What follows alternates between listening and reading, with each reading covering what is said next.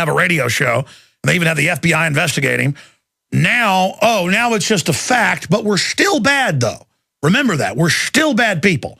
We're still extremists, the ADL and Southern Poverty Law Center. You know, I see the latest police training manuals, and they send them out, and this crazy person thinks foreign banks are taking over, and there's going to be a world government, and there's going to be a carbon tax. And then you open the newspaper up, and it's all happening. And I found the weird ADL, Southern Poverty Law Center stuff. I shouldn't say this because they might adjust it.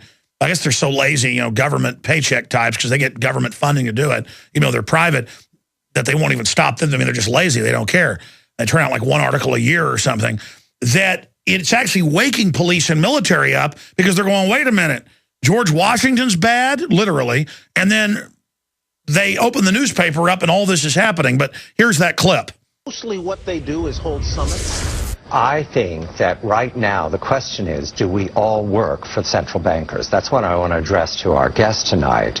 Is this global governance at last? Is it one world, the central bankers in charge? Jim Urio, you say we've got some downside here, a correction in the markets, fine. But aren't we all just living and dying for what the central banks do? Aren't we all just counting on the fact that there's a Bernanke put and that we won't go any lower than, say, 5% down from here? Of course we are, because if we look at the economic data, there's nothing to get excited about in that. So yesterday we saw some reluctance for the Bernanke Fed to expand their balance sheets and pump more money in. But the stock market knows that reluctance is totally different than not willing to do it at all. And that's why we saw oil implode and gold trade off right there. The full clip's up at Infowars.com.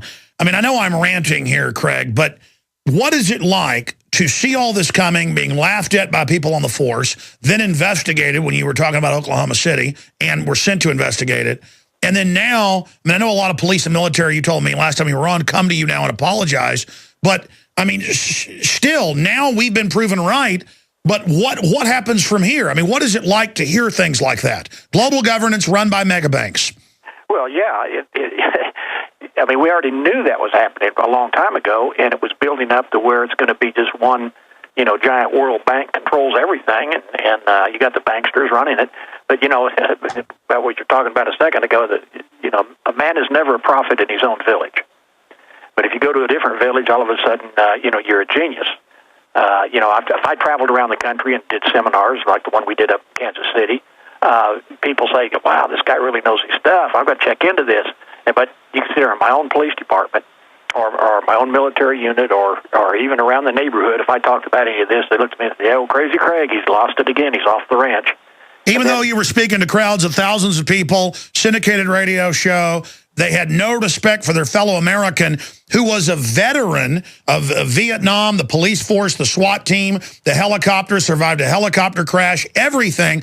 So young people try to wake up their folks, and they say they get no respect. They shouldn't feel bad. You're a pillar of the community, and they wouldn't listen to you. That's right. There's only two types of birds in the human race, eagles and ostriches. And hopefully the eagles are listening to your show, because the ostriches won't do it, and they don't want to hear any of this stuff. I've got a brother-in-law, who's a PhD, a genius, but he's very liberal, and you try to talk to him about any of this stuff, it's like talking to the wall. It's a doe in the headlights look on his face, like, that can't be happening, I don't believe any of it. And you can't educate him. So there are those ostriches out there that can't be educated. We both have had people come to us saying, hey, I want to tell my neighbors, I want to tell my family, but nobody wants to hear this stuff. Nobody wants to believe it. How do I do that? How do I get this information to them? Well, you can't. What you can do is you can drop a seed and hope it grows.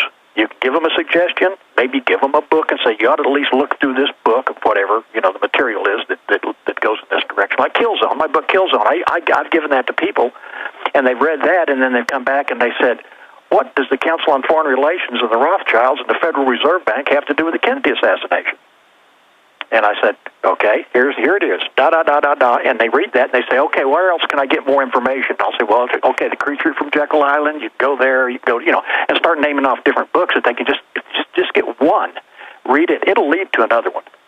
And that's one way to get information. Of course, and it all fits together, because when you're talking about a book written in 1971, like None Dare Call a Conspiracy, that we sell at Infowars.com, you read this, 40 years later, it all came true exactly as they said, because they were going off congressional hearings and investigations. I mean, when they ran the Federal Reserve through in 1913, almost the entire population was awake. Congress was pretty much against it. They had to pass it in the middle of the night with a quorum of 3 senators.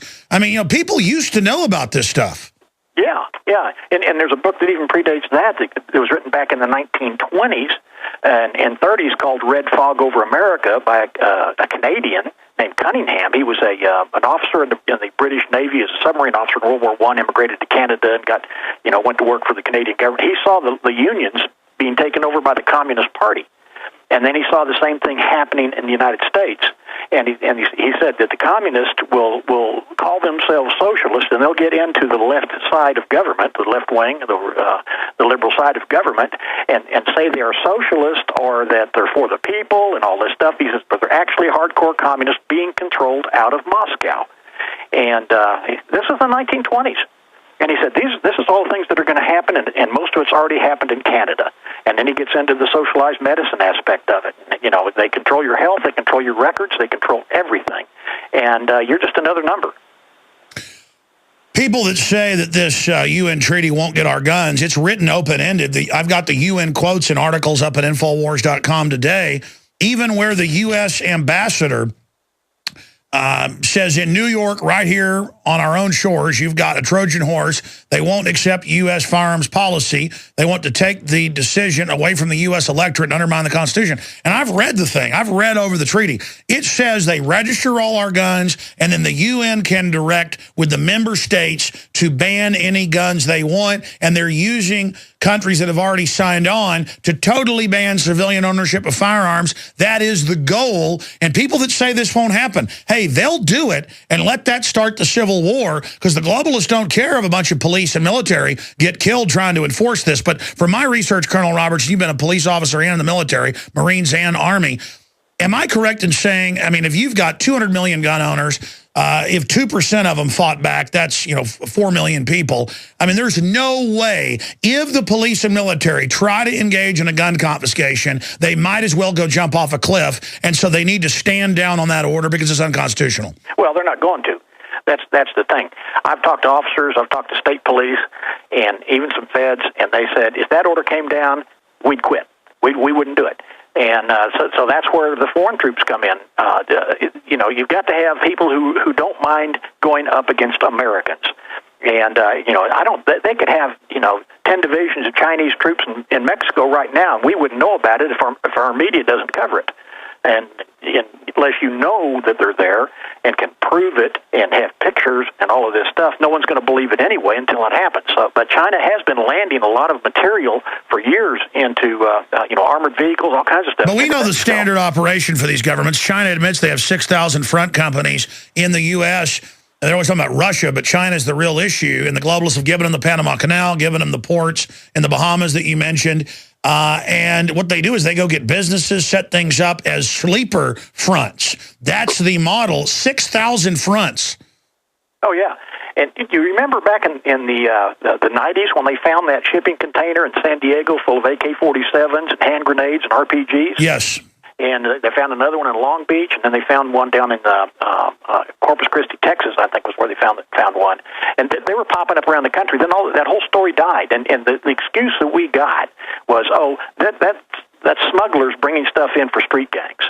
And I'm thinking, yeah, a lot of street gangs run around with anti-tank weapons, and landmines. And meanwhile, the globalists had the police training to literally fight good old boys, libertarians, conservatives. That's the whole posture is for that now, while meanwhile, this country is just completely wide open. Yeah, and there's another aspect. I got some information the other day. I can't verify it. I don't know anything more about it, but I'll just mention it because maybe if the word gets out, it won't happen if it's planned to happen. And the October surprise was leaked that the government is going to seize 401ks and IRAs and certain pension plans because of the national debt, and to come up with what's known as a GRA, government retirement option, or I can't remember. Oh, no, they've been talking about grabbing them and, quote, protecting them, but to protect them, they need to take part of it. Yeah, Well, of course. But once you lose control of your own 401k, you can't get your money out of it.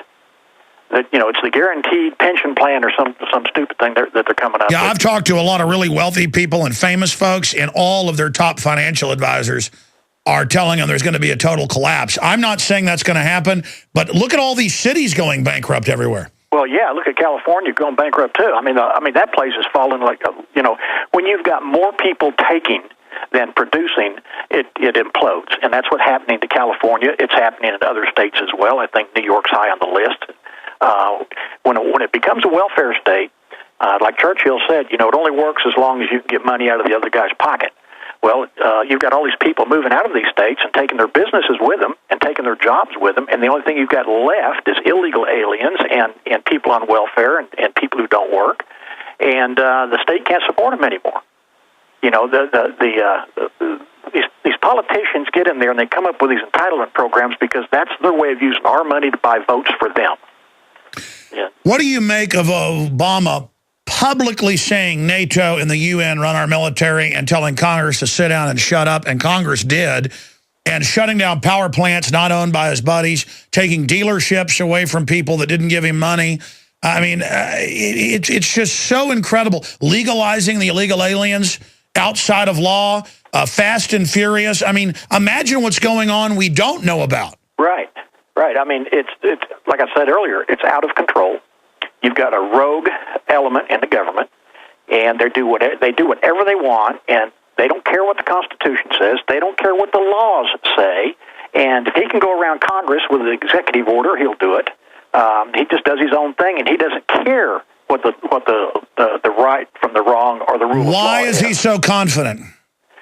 Because I think since he works pretty much for George Soros and a few other people up there, that he's not worried about anything, and he doesn't care if he gets reelected or not, because he could maintain power by declaring a national emergency and setting the election aside. We could see something like that go on. And by the way, I mean, you've got Larry Summers in the Washington Post talking about this in total collapse, but then we get criticized for being pessimist porn dealers when all we're doing is analyzing what's really happening. And by the way, we saw it a million miles away. Why did you see this coming a million miles away? When did you really start waking up? Well, I started back in the late 1980s when I went to Dealey Plaza for the first time and looked around, and then ended up going up into the Texas School Book Depository to the 6th floor and looking out and saying, there's no way in the world that Oswald did what they said he did from this position with that piece of junk rifle. It just couldn't happen. I even tried to recreate it myself. I did it for a Japanese film company. Came over here. We took a Carcano and we took it up on a deck overlooking a valley that was about the same distance. We were shooting at 88 yards at a man-sized target and trying to get all those shots off and so on and so forth. And I'm a heck of a lot better shot than Oswald ever was. And we couldn't recreate it. And so anyway, I looked around and said, well, if the government lied about the Kennedy assassination, what else did they lie about? And I started just looking at different directions and different things, and one thing led to another, and I found out about the Federal Reserve System. I found out how they brought that in. All kinds of just one thing after another. And so I wrote a book called Legacy of Dishonor, and it had